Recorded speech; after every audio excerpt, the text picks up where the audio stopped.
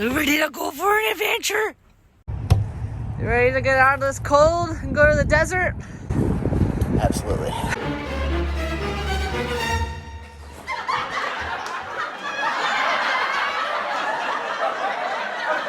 Yeah, we didn't really expect that much snow.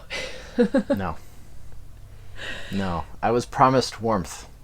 An escape from Pittsburgh winter. So anyway, taking you back to the start of our adventure, we left Pittsburgh with the trailer attached to the truck. We did several overnight stays across the country. We spent the first night in Indiana, in Terre Haute. I don't know how you really say it, do you? No. No.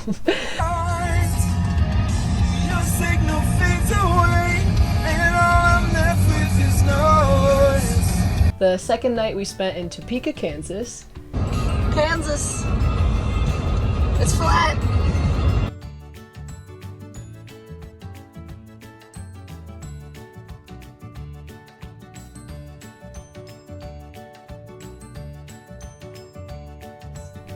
And the third night we spent in Grand Junction, Colorado.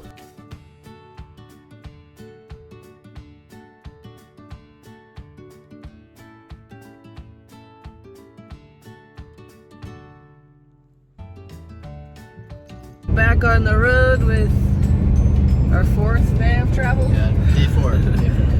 And it's Sunday, March 7th. And we're heading to Zion National Park, where we will spend 2 weeks at the campground. Are you ready to be at the campground? Yeah, you ready to be at the campground? Not in the car anymore.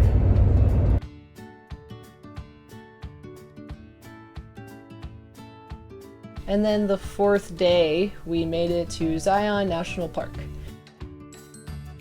The drive across the country was pretty uneventful, other than us eating lots of gas station hot dogs and too much grease and my stomach getting upset one night.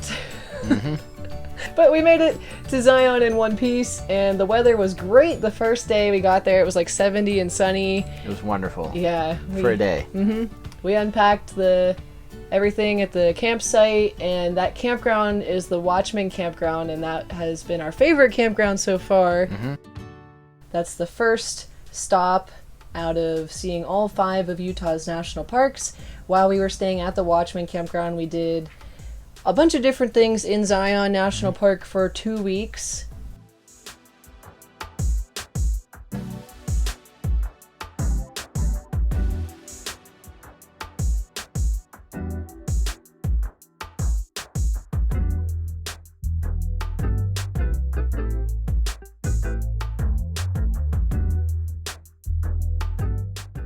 We did the major trails that everybody wants to do, which are the Narrows and Angel's Landing, and we have 2 videos for those hikes if you are interested in seeing those. I'll leave a link to those in the description.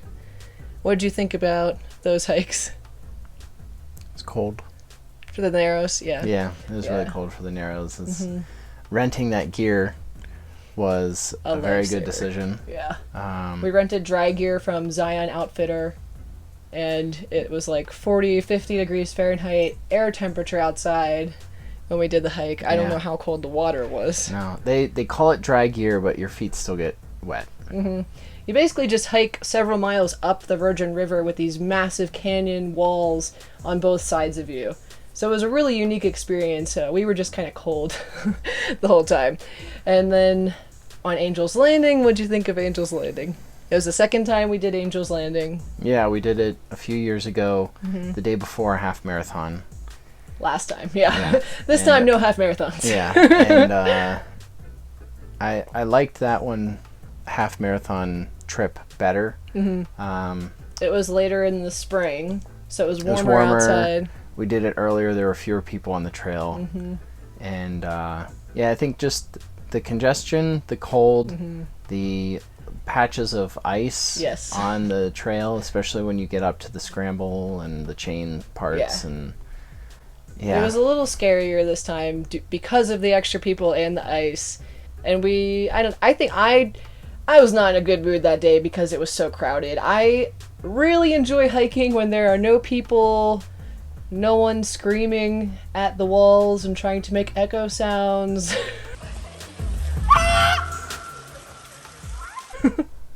No one talking like several feet behind you at a loud volume. Like, I like when you can hear the birds and enjoy the nature. That's what I enjoy. And I did not get that when we hiked Angel's Landing. I don't think you ever would. No, I don't think you would, unless they did a permit system and even then, really cut it down. Yeah. It would have to be a very small number of people. We did still see some California condors from the edge of Angel's Landing. That was kind of cool. And we saw those from Observation Point, too. Yeah. And that brings me to Observation Point hike. That was my favorite hike of the entire trip so far, because there were barely any people on that hike. We had to hike through the snow. That was the clip I just showed of him hiking through the snow. So he didn't like it as much because you're at several thousand feet higher elevation than Zion Canyon. So and there was mud everywhere. There was mud everywhere. He doesn't like getting dirty. I'm okay with getting dirty. There's just the whole... We hiked for... I don't know. It's several miles. It was like 8 miles round trip, basically, with that. And a lot of that was in the mud. Yeah. Especially the road. Yeah. Especially hiking along the road. The whole thing was mud. The entire road was mud. Yeah. And it was fun to get to that hike, because you had to 4-wheel drive through some deep mud puddles to get to the hiking trail head. Yeah, the car is still not clean. It's not, no. I tried cleaning it at the gas stations with this little window dipper. You said nothing eventful happened. Oh, on the drive from Pittsburgh to Zion, nothing eventful really happened. Yeah. But on our drive up to Bryce Canyon National Park, we got hit. Yes. By a deer. Yes. It jumped out of the bushes, ran straight into the driver's door, and didn't even see him until he was like right here in my peripheral vision. I was driving and Nate goes, "Oh," is that what you said? Yeah, I think I shouted "oh" or something unintelligible. Obviously, something very helpful in the situation. And it's just like thud, thud, thud, thud. And then I look out the rearview mirror and he's just prancing away off into the hills again. I'm like, okay. And we had no idea if there was any damage or what the extent was until we got to Bryce Canyon National Park, and we didn't even notice immediately. I went to the bathroom, and it wasn't until I was coming out of the bathroom that I was walking back towards the truck, and I was like, oh, there's a giant dent in the door, and we're missing the chrome plating on the door handle. So, but the door still opens. Yeah, the door still functions. The door's fine. The deer was fine, apparently. Yeah, Bryce that was our first time ever going to Bryce Canyon National Park, and I loved that park. Because it was empty. It was empty, and it was a Saturday, and it was sunny. Empty. There just weren't as many people. Although when we were leaving, there were a bunch more people coming in. Yeah.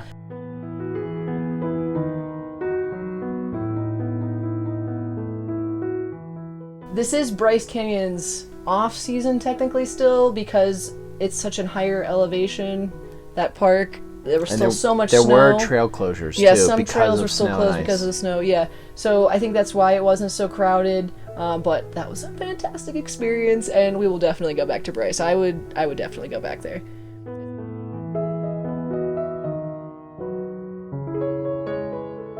So, Saturday evening, we started packing up the trailer, then Sunday morning we left the Watchman Campground, and we drove over to Moab, where we stayed for 1 full week and visited Arches National Park, Canyonlands, and Capitol Reef National Parks. In Moab, we stayed at the OK RV Park. What did you think of that RV park? It was okay. Yeah. I think they get that a lot. It wasn't like the best park we've stayed in. It wasn't the worst. There were lots of people with 4-wheelers and Moab is a really big area for ATVs and dirt bikes and that kind of off-roading. So from 6:37 in the morning until 11 p.m. we could hear those things. Yeah, it was not a peaceful, quiet park like the Watchman Campground, that's for sure. So what did we do in Arches National Park? Looked at arches. We looked at the arches! This was the first time both of us have been to Arches National Park, and from all of the pictures of the arches, I expected to see a lot more arches on the scenic drive through the park. You didn't really see... And you didn't really see many. As you get farther in, you see a couple smaller ones, but you have to really be looking for them. There isn't anything that just stands out right from the roadway. The first day in Arches, we did the Devil's Garden hike, And that was a lot of fun. That was probably my favorite hike in Arches. Yeah. Yeah, I think, and that's the one. I mean, you probably get to see the most arches doing. You do, hike, yeah. right? You probably see 6 or 7 arches on that one hike. Yeah. That hike though is not for people that are not good at climbing. Slick rock. Scrambling, yeah. There was a decent amount slick rock scrambles that you had to do, and we noticed that a few people were uncomfortable, and we kind of just flew right by them because it's something that we really like to do.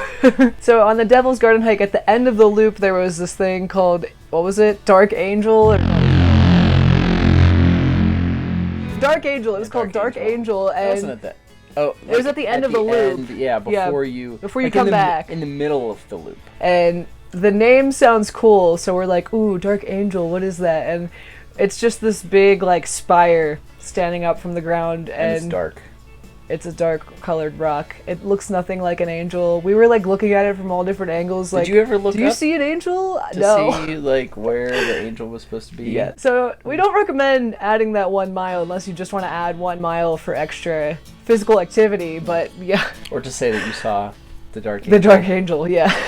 Of Arches National Park. Yeah. On our second day in Arches National Park, we went to see Delicate Arch. Delicate Arch was the one where you walk around the corner and it's that one just standalone, the mountains in the background. It was like sunset. I wanted to be there for sunset. We were leaving. Oh, yeah, the one where everyone was gathering for sunset. Yes. So there was like kind of like that bowl going down. Yeah. So we got there probably an hour before sunset, and we were making it back to the truck and driving out of the park at sunset.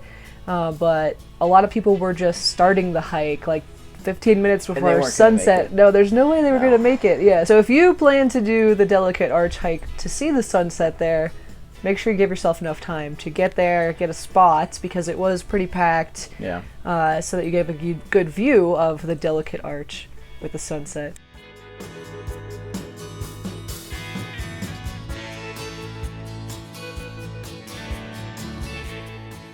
Next, we did Canyonlands National Park. Nate had to work during the day. My schedule was more flexible, so I drove out for sunrise to try to get a sunrise picture. And there was no sunrise. Under Mesa Arch. Yeah, that's like the famous arch that everybody tries to get sunrise pictures on. And I got there probably 30 minutes before sunrise. It's about a 5-10 minute walk to the arch. And there were like, 8 other people there, and they were all standing right behind it. And I was thinking to myself, how are they getting a picture with the entire arch in the picture? So what happens is it was a cloudy morning.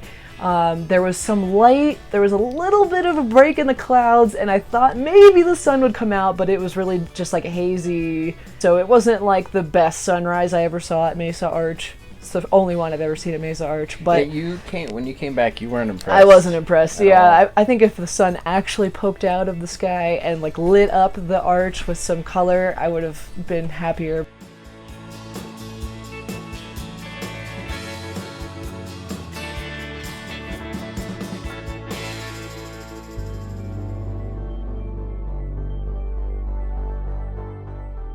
On a Saturday morning, around 9 a.m., we left Moab, drove 2.5 hours over to Capitol Reef National Park, where we just peeked in the visitor center, stamped our little National Park Service passport book. They are closed from 12 to 1. Yes, they take a break. They take a lunch break there. We got there right before noon, so we were good. But then, we stopped in the visitor center really quickly. Then we went over and looked at the petroglyphs. Which there were a fair number of. I was impressed by the size of them. Usually when you see the petroglyphs that we have seen in this area in Utah and Nevada, they're, about this big, the drawings. And these ones were like this big. They were some really big ones. Yeah. So they were really etching it into the stone there, which was impressive. But national parks don't usually let you go right up and like touch them or get close enough to really see them up close because people have vandalized them in the past, so that's not as fun. If you do want to get really close to some, we did a hike just outside of Moab In the BLM land, it was the Poison Spider trailhead. Yeah. And there's a little petroglyph area that you can see dinosaur footprints, fossilized footprints. Yeah, that was a really cool hike, and there was an arch there too. So if you want to avoid like the national park crowds and fees, there are a lot of BLM lands in Utah that has some awesome hikes that you can do too. They're just not that well marked. Mm-hmm. So maybe using an app like All Trails. Yes, great app. Yeah. But anyway, back to where we were.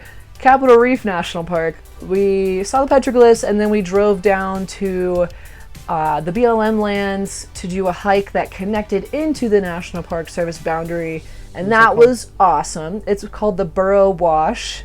It was an awesome slot canyon hike where the first 2 miles you're just kind of out in the sandy, rocky wilderness, and then you get into the National Park Service land and you start to get into kind of a slot canyon, and then it gets really narrow and steep, and it's like 25 feet above you where your path is just like this wide. You can just fit shoulder to shoulder.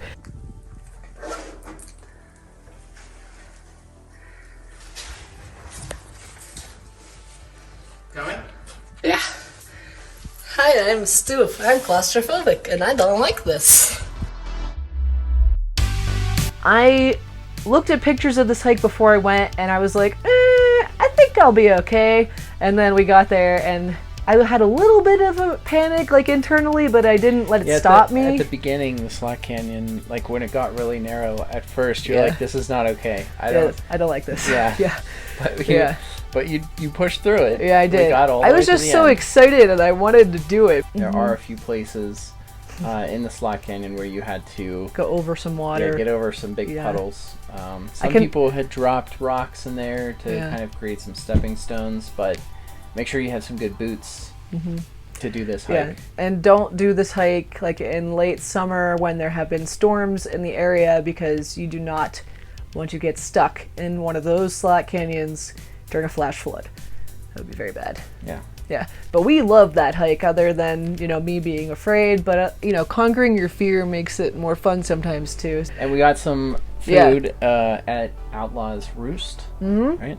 Yep. Yeah, about 25 minutes out of Capitol Reef, heading back west. Yeah, it's by a couple gas stations, and it was really good food, hit the spot. Yep. So we recommend that place. Yeah, if you're hungry and you're on your way out of the national park stuff. And on our way back, before we got back into Moab, we stopped at Canyonlands, because it was a nice sunny day. Earlier in the week it was mostly cloudy, and we finally got a great day with some sun, so we were like, let's just pop back into Canyonlands one more time and watch the sunset. So I'm so happy that we did, because I have some great material for paintings. Yeah. Just look at it. Just look at it. The full moon was out over the La Salle Mountains to the east, and you could see the full moon, the sun setting behind you, glowing on these rocks, and you could see the full moon and the mountains and all these, like, the brush. Oh, yeah, it was beautiful, and I will make paintings of that, and I will show you when the paintings are done. And if you guys want to see more about my paintings, like, daily, you can follow my Instagram, Steph Maraca Fine Art, or I have a painting channel called The Painting Stoof on YouTube. After stopping at that viewpoint, looking to the east, then we went over to the Green River overlook, which kind of has a viewpoint to the southwest. And it was cool to just watch, the shadows creep up along the wall. Yeah, as the sun went down over here, the shadows came up over here. Yeah, that was really cool. Yeah. So we watched the sunset there, and then... And it was dead silent. Everyone was just sitting there in silence watching the sunset. Yeah, it was cool. And after the sunset, we headed back and start to pack up a little bit. And that wrapped up our Mighty 5 Utah National Park trip. Yep. So, based on that, what was your favorite national park? Oh, you can't ask. Your options are, Zion, Bryce Canyon, Capitol Reef, Arches, and Canyonlands. I'd probably say Zion. Of just course. Because we spent the most time there. Yeah, we spent the most time there. It feels like there's more to do there. If we came back, we'd have to figure out other hikes that we haven't done and spend more time at some of the other parks. Maybe that would change my opinion. Change my mind in the comments. Zion was my favorite national park too, followed by Bryce, And then Canyonlands was like the worst for me until we saw the sunsets. Yeah, you really were not happy with it. I guess I went to Canyonlands on a cloudy day. Yeah. I was so bummed because I've seen the most wonderful pictures online of Canyonlands, and it was just like mwah, mwah, mwah, when I went there on a cloudy day. But then when the sun was setting, I was like, oh, this is amazing. So yeah, maybe Canyonlands is third. I liked Arches. And I know you asked me this before, but like, what was my favorite arch? And I told you it was Navajo Arch, just because. That's along the Devil's Garden path. Yeah, and there's just something like almost spiritual about that arch, just the way you have the arch and you walk under, and there's just like this enclosed space with this awesome looking little tree, and I don't know, just it's very peaceful and. That's my favorite. Oh, very good. Yeah, I don't know. Arches I like too. It's so hard to judge. I don't know. If you guys let us know your rankings from 1 to 5, 1 being your favorite, 5 being least favorite of Utah's national parks. And if you only visited one for like a half of a day, I don't know if you can really judge that. Like us, like we can't really judge Capitol Reef because we were only there for a day. Yeah, we only did 1 hike. So that's tough. Yeah. So that wraps up our vlog about the 5 Utah national parks. Oh. Our next vlog is going to be about our experience in Colorado visiting Black Canyon of the Gunnison National Park. That park. Stop. We're going to talk about it next video. And we're also going to visit Mesa Verde and Great Sand Dunes National Park, and it's our first time visiting all of those national parks. So make sure you guys hit the subscribe button so you don't miss all of our fun travel adventures we have together. Bye. Bye. Just like, what's going on?